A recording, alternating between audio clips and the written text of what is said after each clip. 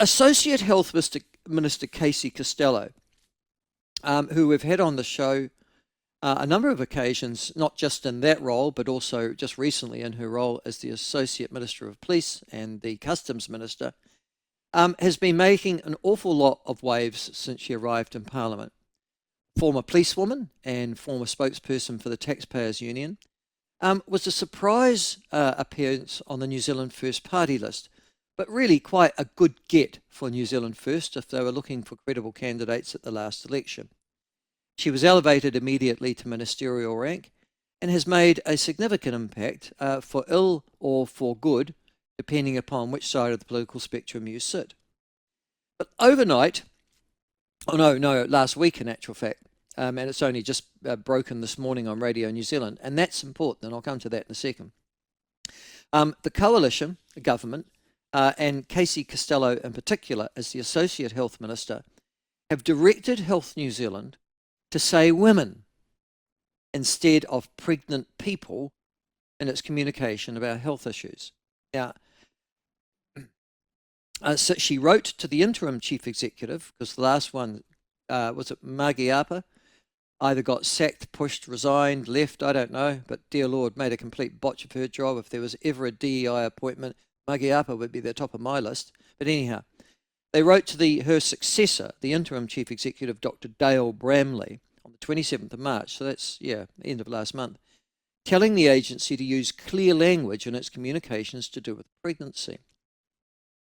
She wrote to the interim chief executive, this is Casey Costello, quote, "Recent documents that have reached my office from the Ministry of Health have referred to women as pregnant people, people with a cervix, or individuals capable of childbearing instead of pregnant women." And then she goes on to say something extraordinarily controversial in these days. Only women and people of the female sex can get pregnant and birth a child, no matter how they identify. And then she pointed to inequities and bias in the health system, as well as conditions like endometriosis, as to reasons why she thought it was necessary for Health New Zealand to use sex-specific language. It's important, she wrote, that we have clarity about the people we're referring to when talking about women's health. Sex-specific language ensures that women know what health services they are entitled to and can access these easily, especially for those women with English as a second language. Clear language should be used in all documents. Now, why did she write that letter? Because Health New Zealand had been using quote-unquote inclusive language, which had removed women from being women, and in actual fact had removed the name from many pregnancy and midwifery services that they offered in our mainstream health institutions. And as a consequence of that, they had replaced the word pregnant women with pregnant people. Now, this was reported by Radio New Zealand this morning, and it's been covered throughout the mainstream media, reference to Radio New Zealand. Now, there's a reason I suggest it's gone to Radio New Zealand, is because Radio New Zealand is, without question, a champion of DEI and, if you like, at the forefront of culture wars in this country. And it has been on one particular side of that cultural divide for quite some time. And how do we know that this morning? Because Radio New Zealand News, having reported what seems to be just common sense at the end of the day, and a common sense communication from a common sense minister, decided to go and get some feedback. Now, they didn't go across the political spectrum to get that. They went to a particular person, and this is what I would suggest to you is at the heart of the woke agenda that runs through our mainstream media and is also illustrative of running in our major academic institutions as well. Radio New Zealand only sought one person's comment on this. They didn't go to the opposition health spokesperson. They didn't go to the Greens. They didn't even go to Te Pāti Māori. They didn't go to anybody else. They didn't go to a woman. They didn't go to anybody except somebody that they knew would oppose this policy. In specific, they went to Victoria University's senior lecturer and researcher, Dr. George Parker, who has, quote unquote, studied LGBTQIA plus equitable reproductive and perinatal health care. And Dr. George Parker hopped into Casey Costello and this directive from the Ministerial office, saying that the letter went against best practice. Now, I don't know best practice suggests that you should drop the pronouns of all women and not even refer to them as such when they're pregnant, but apparently that such best practice does exist. And then Dr. George Parker went on to say, the Victoria University senior lecturer and researcher, the memo is part of a broader push against equity initiatives in healthcare internationally, and it's disappointing to see this picked up by politicians in Aotearoa. Note the use of the word Aotearoa, not New Zealand. Always tell you something. When somebody slips that in, you know instantly where they're coming from. And then she goes on to say, Dr. George Parker, and is lovingly transcribed and promoted by Radio New Zealand News this morning, road blocking. This is a nice new word.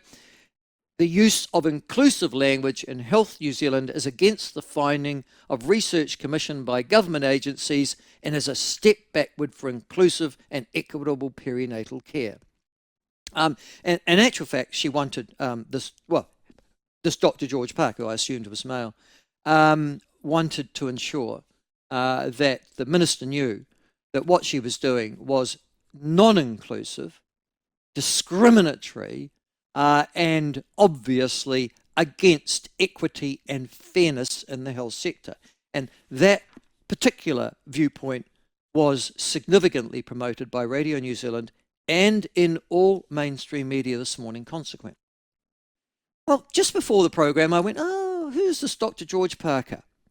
And I went to research Dr. George Parker of Victoria University, a senior lecturer at the School of Health at Victoria University. And immediately there was a photo of her. So George isn't a boy. George is a girl. Except George isn't a girl. She's a they, them. So she describes herself as they, them. Oh, God, I thought. I read on. George Parker, they, them, is the Pukinga Ratoa Ho'ora, which apparently is the Maori word for senior lecturer, in health service delivery in the School of Health. And prior to joining Te Haringa Waka, which, as I understand, is the other word for Victoria University, George taught in the School of Midwifery at Otago Polytechnic and in the School of Medicine at the University of Auckland. So she's been around the academic traps. She's a registered kahu pokai, which apparently means midwife, and has extensive experience working in the community sector and in people-centred health policy advice. She did a PhD in sociology, so that's why she's a doctor, at the University of Auckland. Now, that's really not a subject, sociology, but for some strange reason, it has permeated through most academic institutions in this country and is full of Marxists and Leninists and that particular worldview. I then went but she's an expert, apparently, according to Radio New Zealand, in midwifery. Oh, really? I then went to read what had she researched, just so that I could, where's George Parker coming from? They, them. Uh-oh, there you are. And then I came across an article she'd written called, along with some other people, called It's Total Erasure. Trans and non-binary people's experience of cis-normativity within the perinatal care services in Aotearoa, New Zealand. You won't be surprised to learn that one of the co-authors of that particular piece of academic research is the former Green MP, drummed out of Parliament, I think, for bullying, Elizabeth Kerikeri. You'll remember her? Yeah. And two or three others, And the basic abstract of this academic piece of research by Dr. George Parker is that really findings indicate that cis-normativity, in other words, normality, manifests as an erasure, in other words, wants to get rid of gender diversity and creates barriers to affirming and safe care. Addressing cis-normativity is fundamental to securing trans reproductive justice. I'll read this again. Addressing cis-normativity, in other words, the way in which we refer to men and women, and women in particular having babies, is fundamental to securing trans reproductive justice. In other words, the whole system's unjust for trans people who presumably are having babies. And if you read the whole the piece of research, which I did, I think piece of research is rather a kind description, but there you go, you'll realize that in actual fact, the essential argument of Dr. George Parker, Elizabeth Carey, and the other fellows is that pregnancy services and the health system in general should change all of its structure, not just its rhetoric, because trans people use it and some trans people find it, quote unquote, challenging. So because there is a tiny, tiny fraction of pregnant women in this country with a beard and chest hair, although they would have gone off their drugs to get pregnant, one presumes, and during their pregnancy as well, because it would have harmed the baby, the whole of the health sector and the pregnancy services and midwifery in this country should change for them and remove any reference to male and female because, quote unquote, it is cisnormativity is securing injustice against trans reproductive couples in this country. Now, in other words, George Parker's a freak. I don't mean that in a nasty sense of the word. I mean that in the proper sense of the word. And Radio New Zealand decided to go to somebody who believed that the whole system should change just because there is a tiny fraction of women who want to be men and who find it a bit discomforting that they're referring to males and females. In other words, the rest of the world isn't weird. The rest of the world is normal, but the rest of the world should change because they have. And this is the demand and the research of Dr. George Parker. And now remember, this woman is an academic lecturing in one of New Zealand's better universities in the practice of midwifery. Just remember that for a moment. If you ever wonder why midwives are weird, it might be because this is how they're trained, and these are the sorts of people that are training them. But it also tells us something about Radio New Zealand this morning and Radio New Zealand News. You didn't go to a normal person. You didn't go to an obstetrician or a gynecologist. You didn't go to a midwife. You decided to search out the one person, probably in New Zealand or one of persons, the really weird out there alternate argument, and then you decided to use that person as the critical construct on which to have a go at Casey Costello for just saying, for God's sake, be normal, will you? Just use normal language.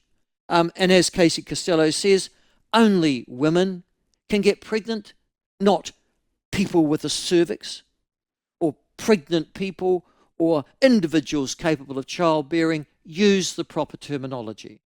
Don't bow down to a tiny fraction of trans activists in our academic institutions who've decided that they want the whole system to change because it doesn't suit them. Illustrative, I think, this morning of the culture wars in this New Zealand and why we actually do need to fight them. Because up until now, Health New Zealand have been cowed, have been influenced, and have had their policies altered, shaped, and changed by these tiny fractional minorities to suit them and their purposes. And for the rest of us, 99.9% of New Zealand, we have to change to accommodate them. And Radio New Zealand, more than happy to give them a megaphone this morning in criticising the minister. Those are my thoughts this morning. What do you think?